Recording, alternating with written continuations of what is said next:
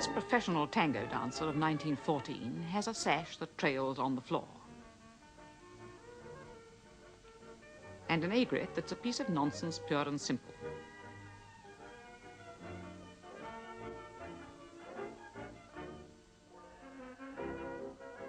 Throughout the history of the mode, we find that the leaders of fashion are bent on giving the impression that they're above having to study practical considerations.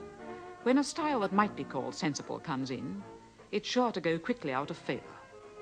Here we have one of the most rational modes of all time, a dinner dress of 1919. The skirt is an easy and reasonable length and width. There's no tight lacing, no constriction anywhere, no fastening even, because the dress slips over the head. There aren't any petticoats or corsets necessary. Fittings can almost be dispensed with.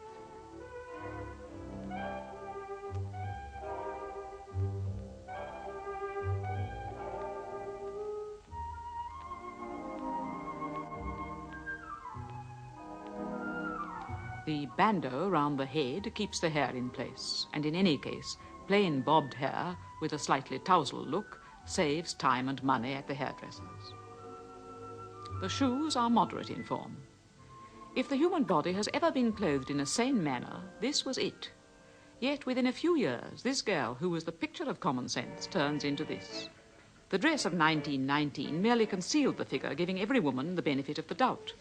But by 1927, it was impossible to be considered elegant if one had any figure at all. Straight up and down, both back and front and sides. That was the ideal of the dressmaker. A clothes peg with beautiful legs that froze throughout the winter in thin silk stockings as durable as gossamer. The unadorned cropped hair looked simple enough but required constant trimming and grooming.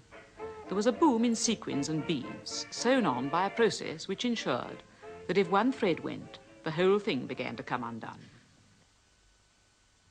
Fashions that encumber the hands seldom fail to have a very good run.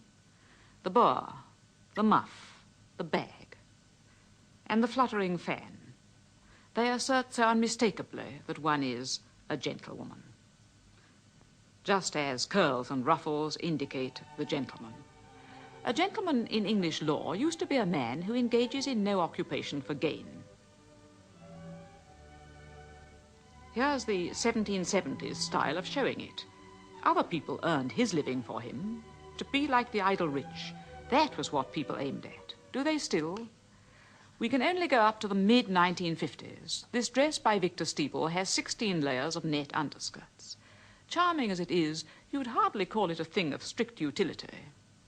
And for the daytime, well, we must leave the future to pass judgment on 1956 hats. It wouldn't be very easy to run for a bus in this skirt. But we'll let you into a professional secret. Skirts like this are usually clipped back to make them look tighter in photographs. Fashion is hardly ever as unmerciful in real life as in a fashion plate. There are always little compromises. The hobble skirt may have a hidden pleat or lacing to make walking easier. It's meant to look difficult, but it's really quite easy to sit down in a bustle. You simply push it to one side. A man who feels he's choking in this kind of neckcloth may imitate Lord Byron, at least among friends, and wear his collar like this. Though it must be admitted that men are much less skillful at compromises than women. Devices like these, the made-up tie and false shirt front, never prove socially acceptable.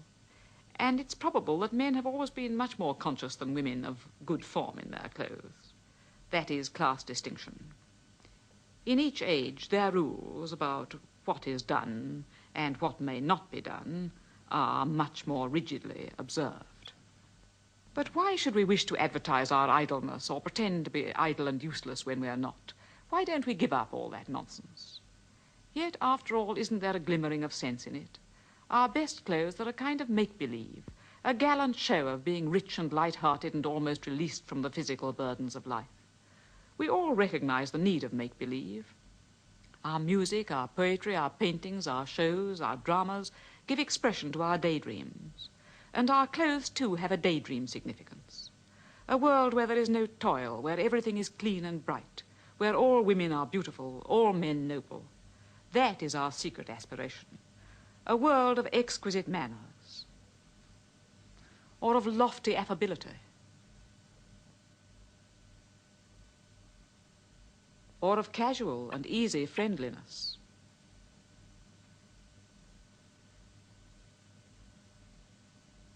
But at any rate, a world that is carefree.